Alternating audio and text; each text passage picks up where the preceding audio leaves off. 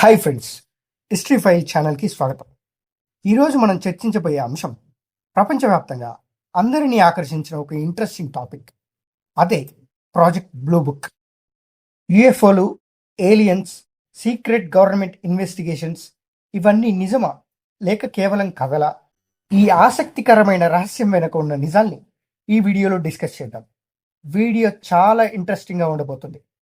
Video నచ్చితే like చేయండి మరియు ఛానల్ని సబ్స్క్రైబ్ చేయండి. So without wasting any time, let's start the video. అసలు ఈ ప్రాజెక్ట్ బ్లూ బుక్ అంటే ఏమిటి అని మన అందరికీ ఒక డౌట్ వస్తుంది. ఇది 1947లో యునైటెడ్ స్టేట్స్ ఎయిర్ ఫోర్స్ ప్రారంభించిన ఒక అధికారిక దర్యాప్తు. దీని ఉద్దేశం ఏమిటంటే అన్ఐడెంటిఫైడ్ ఫ్లయింగ్ ఆబ్జెక్ట్స్ అంటే యుఎఫ్ఓల గురించిన నివేదికలను అధ్యయనం చేయడం. 1947లో రోస్వెల్ ఘటన తర్వాత అమెరికాలో యుఎఫ్ఓ సైటింగ్స్ చాలా పెరిగాయి. ప్రజల్లో ఆసక్తి, భయం మరియు కుట్ర సిద్ధాంతాలు విపరీతంగా పెరిగాయి. అందుకే ఎయిర్ ఫోర్స్ ఈ ప్రాజెక్టును ప్రారంభించింది. ఇది మొదట 1947లో ప్రాజెక్ట్ సైన్గా మొదలై తర్వాత ప్రాజెక్ట్ గ్రడ్జ్గా మారి చివరికి 1949లో ప్రాజెక్ట్ బ్లూ బుక్గా స్థిరపడింది. ఖగోళ శాస్త్రవేత్త డాక్టర్ జె హెలెన్ హైనిక్ ఈ ప్రాజెక్టుకు సైంటిఫిక్ అడ్వైజర్. ఈ ప్రాజెక్టు లక్ష్యం ఏమిటంటే యుఎఫ్ఓలు దేశ భద్రతకు ముప్పు కలిగిస్తాయా అని తెలుసుకోవడం మరియు వాటి గురించి శాస్త్రీయంగా పరిశోధన చేసి నిజాన్ని కనుగొనడం.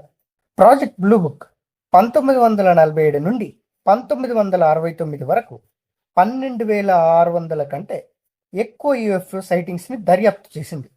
రైతుల నుండి పైలట్ల వరకు చాలా మంది ఈ వింత కాంతులు, ఫ్లయింగ్ సాసర్స్ మరియు మానవాకార ఆకృతులను చూసినట్లు నివేదించారు. ఈ నివేదికల్లో కొన్ని సంఘటనలు ప్రపంచవ్యాప్తంగా సంచలనం సృష్టించాయి మరియు యుఎఫ్ఓల రహస్యాన్ని అర్థం చేసుకోవడానికి కీలకమైనవి. అటువంటి 3 ఆసక్తికరమైన సంఘటనలు ఇప్పుడు మనం తెలుసుకుందాం. మొదటి సంఘటన 1947లో జరిగింది. కెనెత్ ఆర్నాల్డ్ అనే పైలట్ మౌంట్ రేనియర్ దగ్గర 9 చంద్రాకార వస్తువులను అమిత వేగంతో ఎగురుతూ చూశానని చెప్పాడు. అతను వాటిని ఫ్లయింగ్ సాసర్స్ అని వర్ణించాడు. ఆ పదం ప్రపంచవ్యాప్తంగా ప్రసిద్ధమై యుఎఫ్ఓల గురించిన చర్చను ఊపందుకునేలా చేసింది.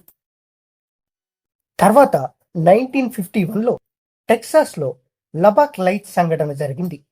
ప్రొఫెసర్లతో సహా వి ఆకారంలో ఉన్న వింత కాంతులను చూశారు మరియు ఫోటోలు కూడా తీశారు. ఎయిర్ ఫోర్స్ ఈ కాంతులు పక్షుల ప్రతిబింబం అని చెప్పింది, కానీ ఈ వివరణ చాలా మందిని సంతృప్తిపరచలేదు.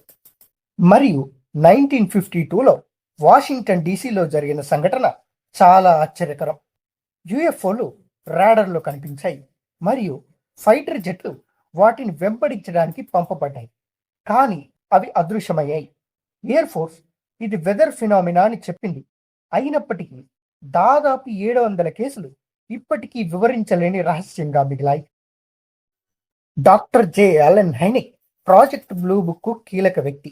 మొదట్లో అతను కొంచెం స్కెప్టిక్గా ఉన్నాడు. చాలా సైటింగ్స్ను తప్పుగా గుర్తించినవని అనుకున్నారు, కానీ సంవత్సరాల దర్యాప్తు తర్వాత అతని అభిప్రాయం మారింది. కొన్ని కేసులను సులభంగా తోసిపుచ్చలేమని అతను గ్రహించారు.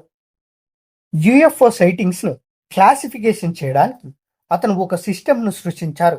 అవి నాక్టర్నల్ లైట్స్ అంటే రాత్రి వింత కాంతులు, డేలైట్ డిస్క్స్ అంటే పగటిపూట డిస్క్ ఆకార వస్తువులు మరియు క్లోజ్ ఎన్కౌంటర్స్ అంటే వస్తువులు స్పష్టంగా కనిపించడం లేదా ఇంటరాక్ట్ అవ్వడం.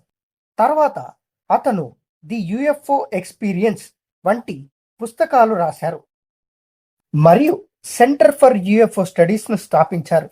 ఎయిర్ ఫోర్స్ దర్యాప్తు కంటే తిరస్కరణ మీదే దృష్టి పెట్టిందని అతను విమర్శించాడు మరియు అతను చేసిన పని close encounters of the third kind వంటి సినిమాలకు ఇన్స్పిరేషన్గా నిలిచింది. 1969లో ప్రాజెక్ట్ బ్లూ బుక్ అధికారికంగా ముగిసింది. ఎయిర్ ఫోర్స్ చెప్పినది ఏమిటంటే యుఎఫ్ఓలు జాతీయ భద్రతకు ముప్పు కాదు మరియు గ్రహాంతర జీవులకు ఆధారాలు లేవు అని. కానీ ప్రజలు ఈ తీర్మానాన్ని నమ్మలేదు.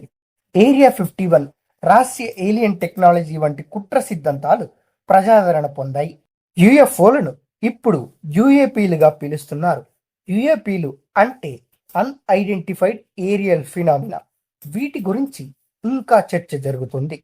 2020లో పెంటగన్ నేవీ పైలట్లు తీసిన యుఏపీ వీడియోలను విడుదల చేసింది. ప్రభుత్వం కూడా కొత్త టాస్క్ ఫోర్స్ను ప్రారంభించింది. ప్రాజెక్ట్ బ్లూ బుక్ ముగిసిన అది లేవనెత్తిన ప్రశ్నలు ఇంకా ఉన్నాయి. ఫ్రెండ్స్, ప్రాజెక్ట్ బ్లూ బుక్ అనేది విశ్వంలో తెలియని రహస్యాల గురించి ఒక ఆసక్తికరమైన అధ్యాయం. ఇది ప్రభుత్వ కవరప్నా లేక నిజమైన దర్యాప్తున? మీ ఒపీనియన్స్ ఏంటి అనేది కామెంట్స్లో తెలియజేయండి. ఈ వీడియో నచ్చితే లైక్ చేయండి మరియు ఛానల్ని సబ్స్క్రైబ్ చేసి బెల్ ఐకాన్ నొక్కండి. వచ్చే వీడియోలో మరో ఆసక్తికరమైన టాపిక్తో మళ్ళీ కలుద్దాం. జై హింద్.